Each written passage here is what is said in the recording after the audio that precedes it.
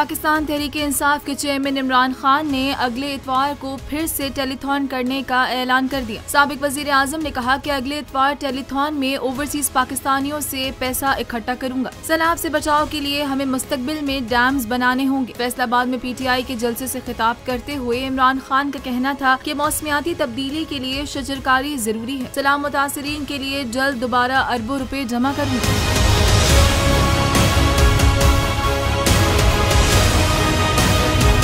अगर IMF कर्ज देता है तो उनकी शराइत भी सख्त होती हैं। हमने पाकिस्तान की तारीख में सबसे ज्यादा टैक्स जमा करके दिखाया। कप्तान का कहना था कि पाकिस्तान में बैरूनी साजिश के तहत इम्पोर्टेड हुकूमत मुसल्लत की गई। करप्ट लोग चोरी करके मुल्क का पैसा बाहर भेजते हैं। इम्पोर्टेड हुकूमत ने 4 माह के दौरान मुल्क को शदीद नुकसान पहुँचाया है। पाकिस्तान तहरीक इंसाफ ने 50 साल के बाद 10 डैम्स बनाए।